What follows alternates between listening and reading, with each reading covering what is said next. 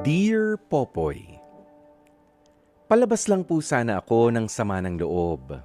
Ako po si Melissa, 34 years old, taga dito sa Taguig. Kasal na po ako at may dalawa kaming anak ng mister kong si Ronald. Noong una, okay naman po si Ronald bilang asawa at ama sa aming mga anak. Masaya kami kahit simple lang ang buhay namin.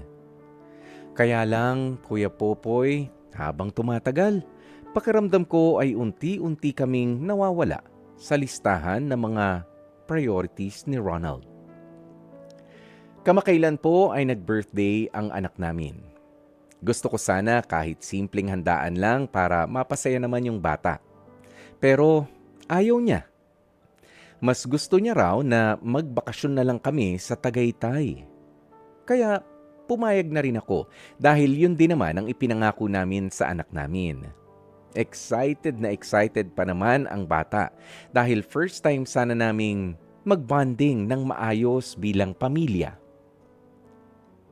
Pero alam mo, Kuya Popoy, pagdating namin doon sa Tagaytay, nang makita ni Ronald yung barkada niya, ay bigla na lamang humiwalay sa amin at mas ginustong uminom at makipagbanding sa kanila kaysa sa amin. Umabot pa nga sa puntong balak niya na kaming iwan sa hotel para lang makasama ang mga kaibigan niya. Kung hindi pa ako nagalit at nagpigil, tuluyan niya kaming iiwan. Habang kami ng mga anak niya ay naghihintay at umaasa na magiging masaya ang oras naming pamilya. Sa halip na maging masaya tuloy ang bakasyon namin, ay nauwi lamang ito sa tampuhan at samaan ng loob. Nasaktan ako, Kuya Popoy, hindi lang bilang asawa, kundi bilang ina.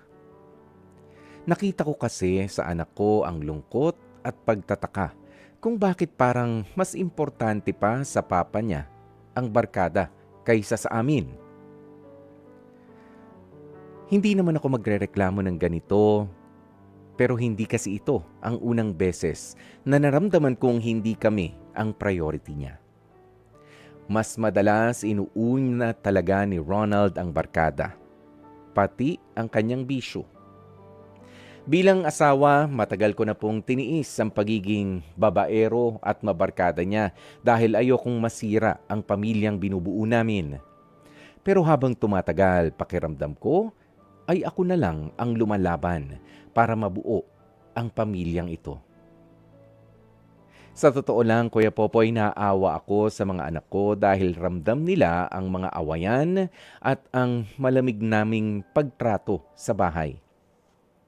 Ayaw ko naman na lumaking iniisip nila na normal lang ang ganoong klase ng pamilya. Bilang isang ina, ginagawa ko ang lahat para maramdaman nilang mahal sila. Pero minsan, pumibigay din ako. Napapagod din. Hindi ko na po alam kung hanggang saan pa ang kaya kong tiisin sa nangyayari sa amin ng pamilya ko. Gusto kong ilabas ang sakit at bigat na matagal ko nang kinikimkim. Sana balang araw ay maisip ng asawa kong si Ronald na ang pamilya ang dapat na unang inuuwian, inuunawa at pinapahalagahan. Hanggang dito na lamang po muna ang aking kwento. Lubos na gumagalang, Melissa. Mga kapatid, napakinggan po natin itong maramdamin talaga na kwento ni Melissa ng Taguig tungkol sa kanyang asawa na mukhang hindi maayos ang kanyang hindi nakaset ng maayos ang mga priorities sa buhay.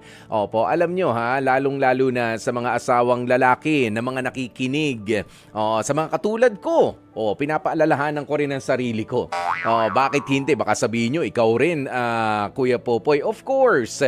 Alam nyo, ang mali kasi na kaisipan para sa ating mga kalalakihan ay kapag ka ikaw nga yung naghahanap buhay, nakapag-abot ka na nung pera, ng budget kay Mrs. Okay ka na.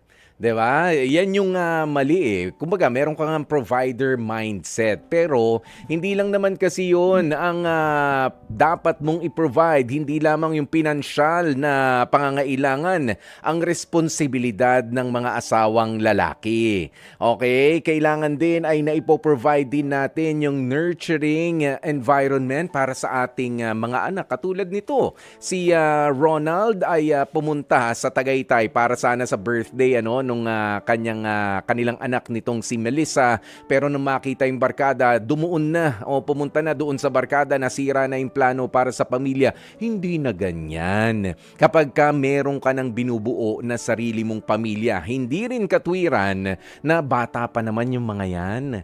'Di ba? Hindi. O dahil naku, mas magaling ang pumick up yung mga bata. Mas magaling yung kanilang mga pakiramdam eh. O mararamdaman yan, mahal ba ako ng nanay ko, ng tatay ko? Bakit si tatay, mahal ako pero nandun siya, ang kasama niya, ang katawanan niya, kabanding niya lagi yung mga barkada niya. Wala namang masama, 'di ba? Na tayo ay pumunta sa ating mga barkada, pero sa mga pagkakataon katulad nito, nagpunta kayo doon sa isang lugar sa purpose na magbabanding kayo as a family dahil birthday ng isang anak mo. Okay, nakita mo yung kaibigan mo ron at nagiinuman sila, gusto mong makasama sila. Teka muna. Eto munang priority natin na mapasaya yung bata, magbonding, 'di ba? Kasama. Okay na yung kawayan, konting chikahan. Sige, mauna na kami ha at kami may lakad pa ng pamilya ko. Ganun na dapat. 'Di ba? Ganun dapat yung mga nangyayari. Pero sabi nga ni Melissa, hindi kasi ito yung first time Popoy, 'di ba, na nangyari ito. Pinaka naapektuhan lamang siya dahil birthday yon nung bata. Ano pa? Yung mga ordinary days.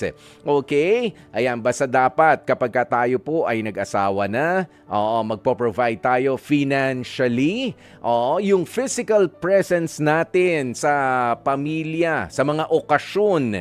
'Di ba? Hindi lamang sa graduation, hindi lamang sa birthday, hindi lamang, you have to be present doon sa bahay ninyo para makausap, makumusta yung anak mo on ordinary days. Kasama yan sa responsibilidad na yayakapin natin kapag tayo ay mga magulang na. 'Di ba? Tayo ay may asawa na. 'Di ba? Dapat ikaw ang kanilang, dapat tayo ang emotional protector din. 'Di ba? Ipino-provide din natin yan, yung emotional protection sa ating pamilya na hindi dapat sila masaktan, hindi dapat sila ma-insecure.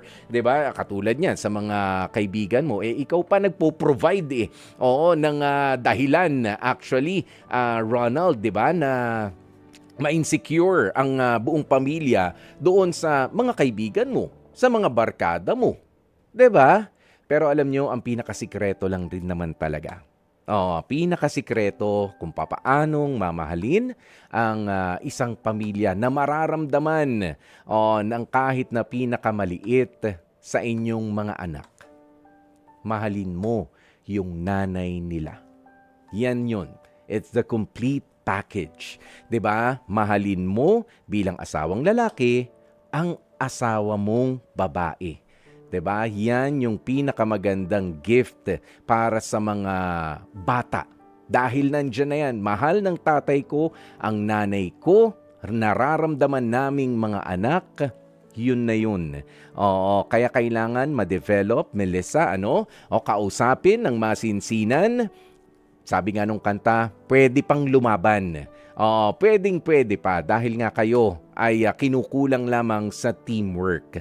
Pero kailangan talaga, sabi nga nitong isang comment dito ni Gail Enriquez, bigyan na ng ultimatum si Ronald. Kapag ganun pa rin ng ganun, isauli mo na yan sa nanay nila.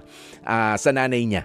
Okay? Kapag nagbubuhay binata pa rin kahit na meron na ngang sariling pamilya na dapat na pinubuhusan niya ng pagmamahal, ng atensyon, 'di ba? At kailangan nangunguna sa kanyang mga priorities. 'Di ba? Lalo kang dapat na maging matibay ngayon, Melissa. At hangga't maaari, kausapin mo na itong si Ronald at sabihin mo na yung mga sama ng loob na kinikimkim mo at ayusin ninyo. 'Di ba? Ayusin niya. Tulungan mo siya kung papaano magbabago.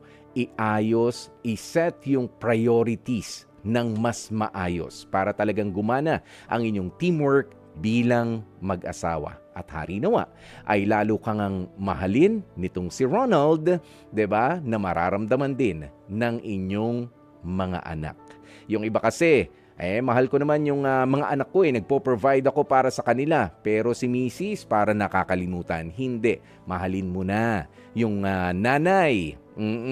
At naku, tuloy-tuloy yan hanggang sa mga anak. At yun ang masarap. It's a cycle, 'di ba? Na na mararamdaman sa buong pamilya.